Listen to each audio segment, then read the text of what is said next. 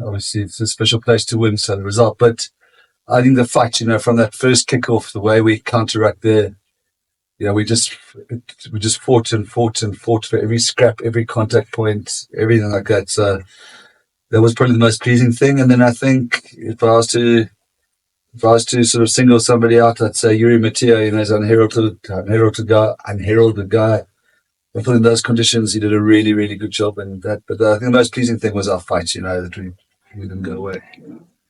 And just looking at the conditions, did that at times during the season you guys have been probably a bit guilty of overplay? Yeah. Did it just take the options out and just? I still thought we did a bit. In the first half, I was a bit frustrated. I thought we could have kicked earlier, and we were trying to sort of move it around a bit, which was one of the messages at halftime. Just that sounds really simplistic. Kick quicker, kick sooner. You know what I mean? I thought we were poor like that in the first half, but then in the second half we were really a bit more direct with the kicking.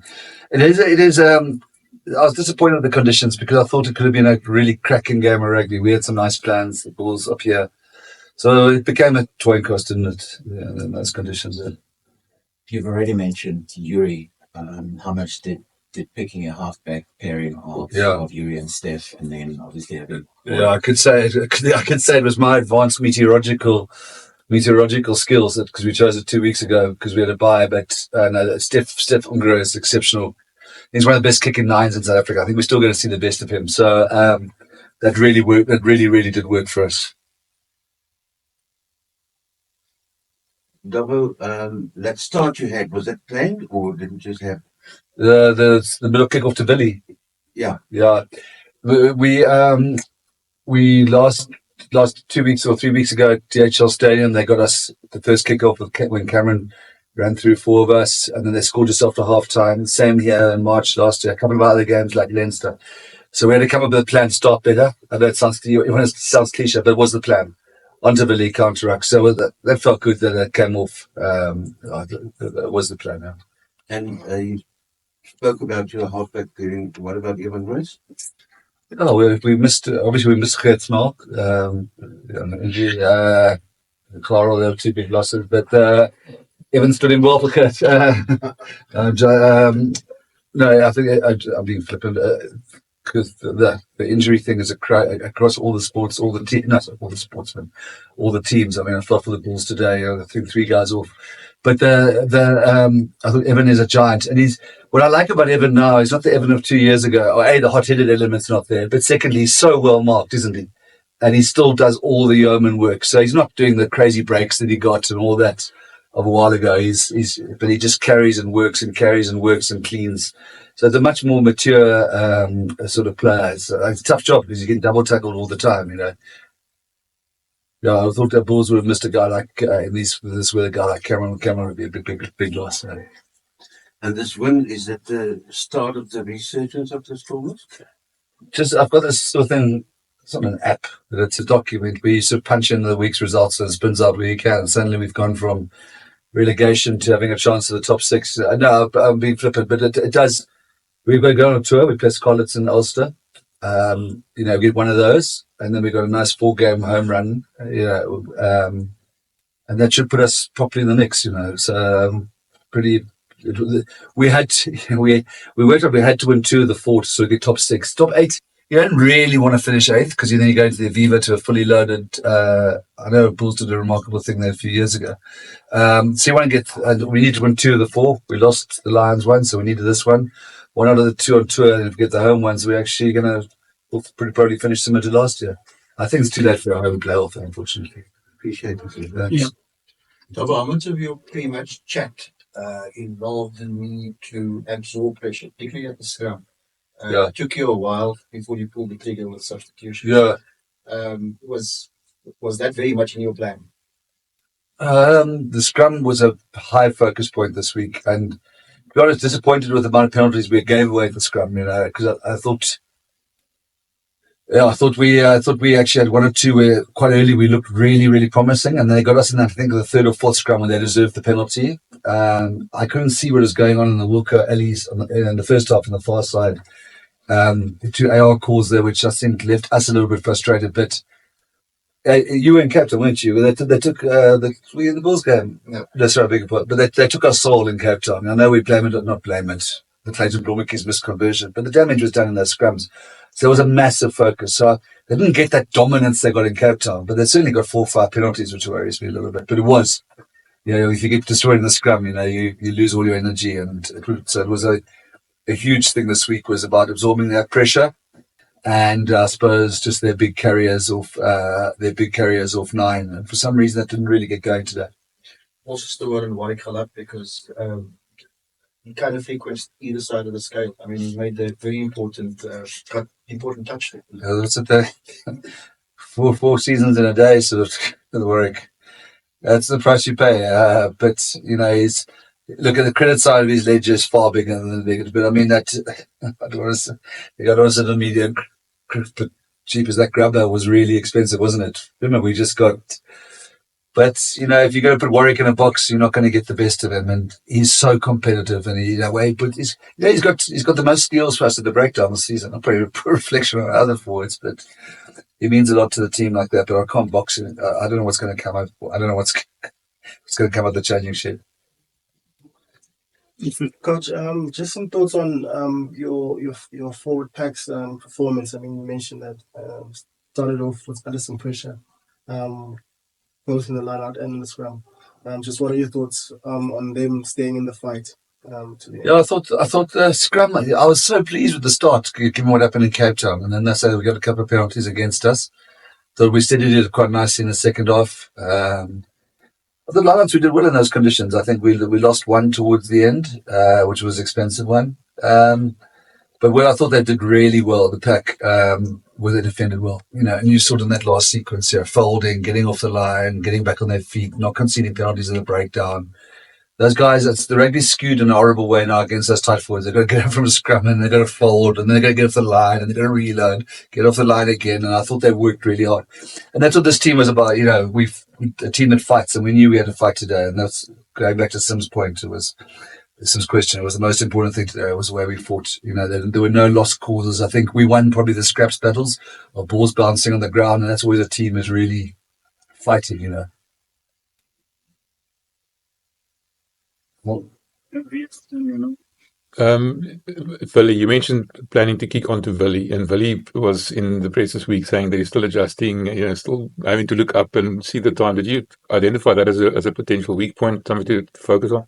No, not Willie. I mean, Willie's a great player. We just knew we wanted to kick us I would give you the number in case it's a bit. We wanted that short kick, the kick off onto the middle there because the cleaners will struggle because he's by himself. They'd struggle to get there and it's counteract opportunity.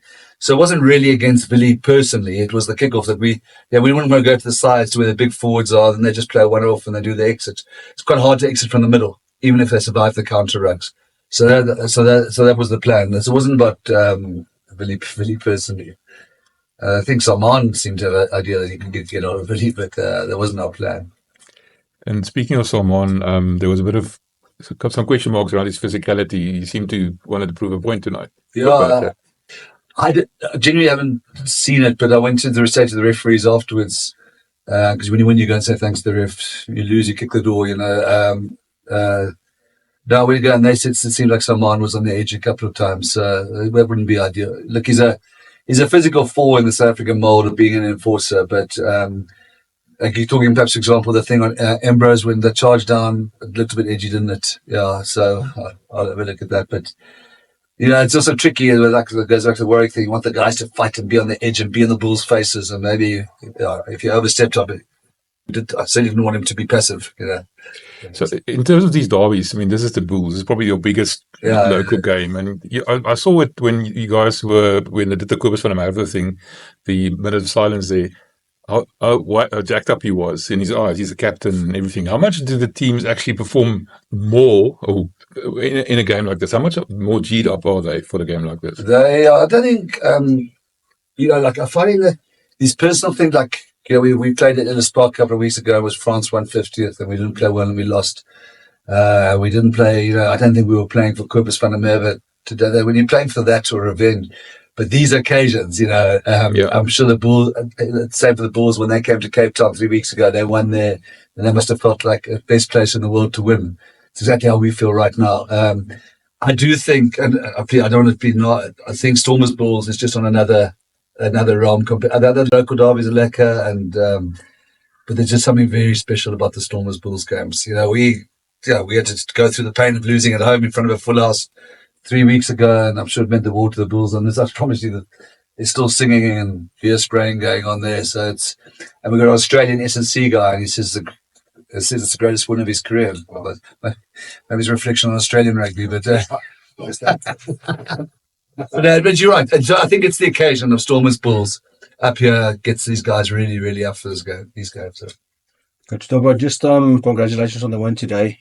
You guys obviously, the Bulls made a lot of mistakes and didn't do the right stuff. They could have kicked in the back. What do you take from this game, even though you know that the scrums were tough for you guys, and obviously the Bulls kicking wasn't great? So looking at the couple of games that you guys lost, obviously your guys' confidence is going up now, but what is the big things that you want to do from a coaching group over the next couple of weeks to get you guys into that position where you can obviously compete in the top 6? Yeah, look, I think the scrumming, I think we're much better than Cape Town, and I think the Bulls scrum is one of the best in the competition. So you're measuring yourself. I think we were going toe-to-toe with one of the best, so I'm not too worried about that. Look, I think what we need to do, it's hard in these conditions to say what we did wrong playing-wise, could probably learn more from Ellis Park, where we had 19 22-metre entries and only scored 2 tries. I think our team changes quite a lot now. So I think this group, even though we haven't got that many wins, this group have done really well. I thought they were pretty compelling at Ellis Park in terms of performance, not in terms of outcome. Very unlucky not to win in Cape Town and got the win up here. But there are about 7 or 8 guys coming on strength for the tour, in 2 weeks. So, I mean, you can just see it naturally will change. Like you throw in a Sasha or a Marnie or a Damien or Suleiman into this group. It just changes how we play a bit, Yeah, we had to be a bit more workmanlike. We lacked the X factor of that. And that's not good coaching. Those are just special players who can do crazy things, So that'll probably be our development now, is the reintegration of the injured guys. And just on that, obviously the guys coming back, you guys are obviously giving the younger guys a bit of more exposure, which is obviously needed in today. And I know obviously with the Bulls, they also have a lot of injuries. The Sharks have a lot of injuries. I mean, is there anything that can be done differently to manage the players in the unions, not to get that high amount of injuries at the moment? I don't know. I mean, a couple of weeks ago, or probably even this week, I felt, woe is me. We got 14 or 15 or injuries. I saw 3 Bulls guys went off today, and they really got some really big players. Eric's not there, Ronald Keir's not there, Cameron Hanekom's not there. It's not good. And I don't know, there's talk that maybe do we not take part in the EPCR? To me, that would be sad, because it's good inventory, and I don't know how. I don't know. I think there's a case where we've got to get our squad stronger. And we've got to be able to say we can beat.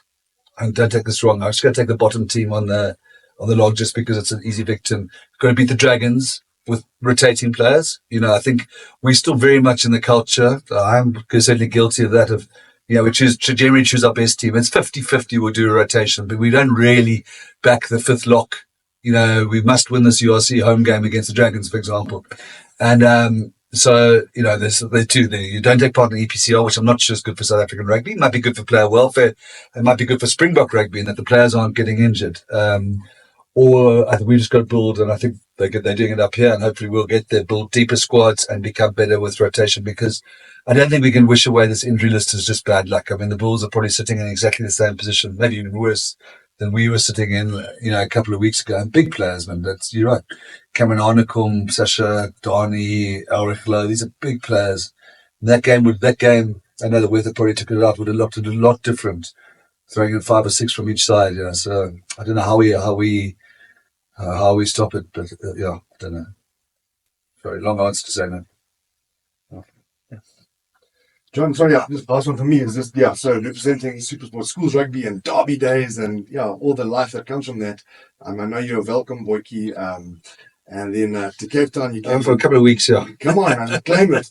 And then you came and you tucked with your Varsity Cup winning side. Then you moved on to Italian victories, and that's where your fashion sense comes from, obviously. And just a shout out to the youngsters who fill the stadiums and who want to be those 20-year-olds who fill our packs and we find our stadiums. Just Derby Day, we say it now in the big games. What does it mean to school rugby to you? No, look, this Origin thing is really cool. The one that did the URC, because you actually look at everybody's socks.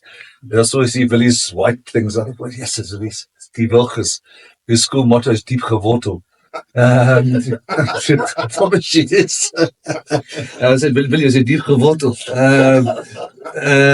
No, but look, in the Western Cape, we're really blessed. But South African schools rugby is what this whole thing's built on. Yeah. And I'm not saying it because polite or where you're from.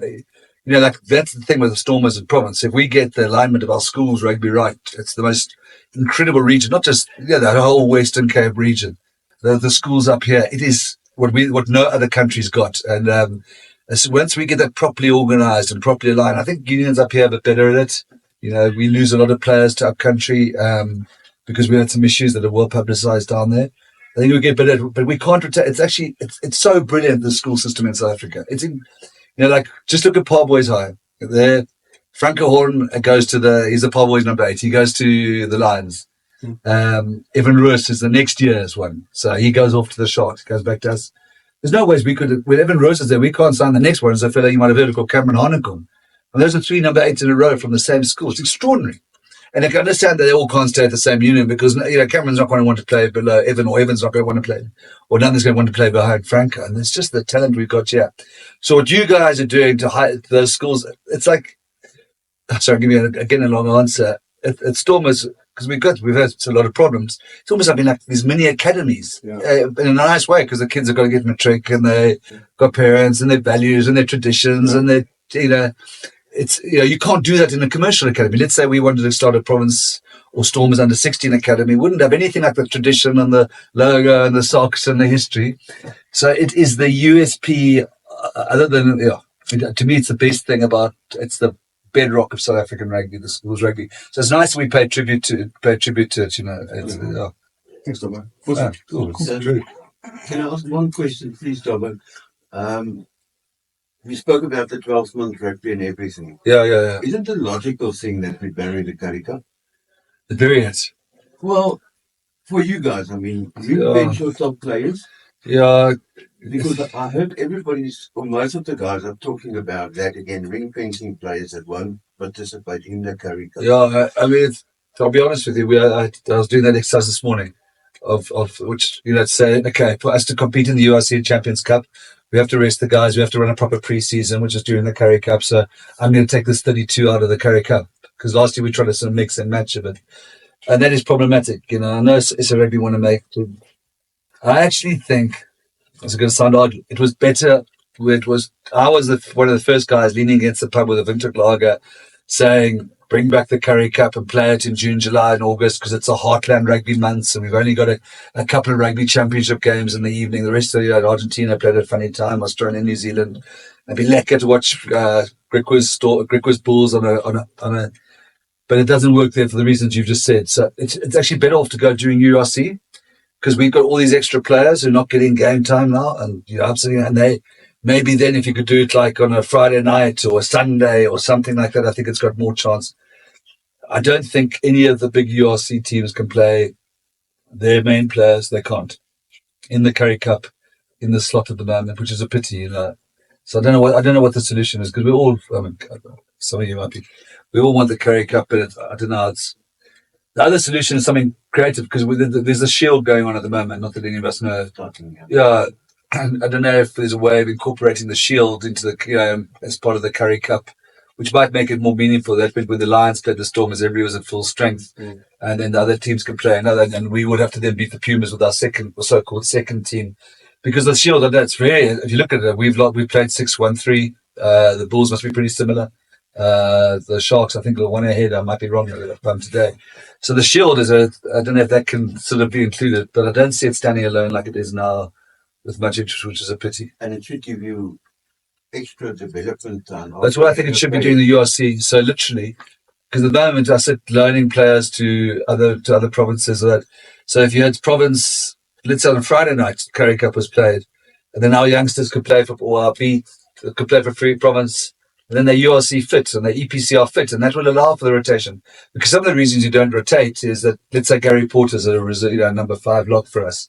Gary hasn't played for 6 weeks, so I can't choose him. I don't think he's match fit. But if he's got 3 Currie Cup games under the belt, then we could probably get towards more rotation. And then we could get the close down over June, July, August, which we need to rebuild our players. Having said that, the obvious solution, we've got to get to a global season, but I don't know where Currie Cup survives in that.